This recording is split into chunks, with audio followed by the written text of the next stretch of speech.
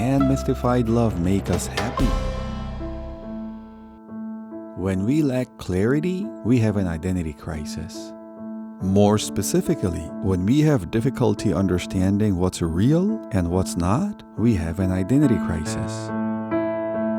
Our identity crisis opens up room for others to decide for us, and that can be dangerous. Worst yet, this identity crisis does not allow us to find the right job, the right friends, or even the right partner in life. The identity crisis is like a chronic disease.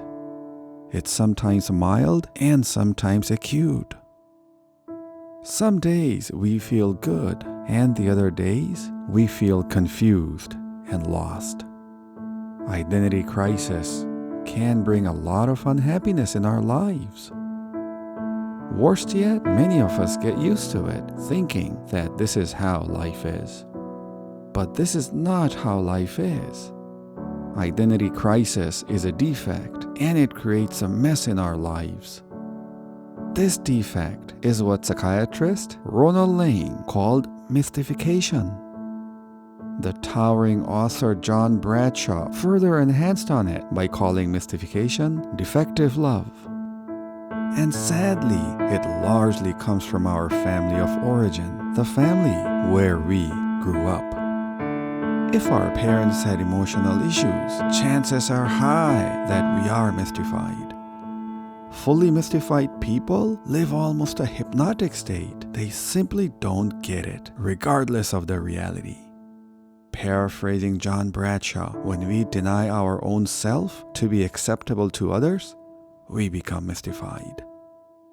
And like spilled water, mystification makes it to our friends and loved ones. That's why it's critical to stand up for ourselves and avoid mystification. With all the good intentions of our primary caregivers, it's unlikely that they had any know-how about mystification when they were children. As a result, many of our primary caregivers themselves were mystified.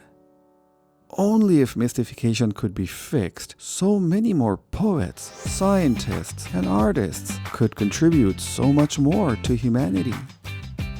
The good news is that mystification can be fixed. While we may be unsure of what color of pants we should buy, we can be sure that mystification can be treated. We can truly decide who our genuine friends are, what jobs to take, and what partner to hang around with for a lifetime of mutual love and respect. Mystification, little by little, sets in upon us over a prolonged period of time. But if we start refusing mystification and welcome joyfulness, we can live a life of so much more fulfillment. Joyfulness is the opposite of mystification. Joyful people build a solid, healthy boundary, keep clear visibility of reality, and choose interdependence. Joyful people have clarity and are sure of themselves. We can absolutely choose to be joyful little by little, one day at a time. Despite all the difficulties in our lives, we can do it. We will be with you all along. So, shall we try to be joyful? Our videos promise a better life. Please remember to subscribe. Whoa, if it's real, it's right. So I'm not mystified. Whoa, if it's real, it's right. So I'm not mystified. Whoa, if it's real,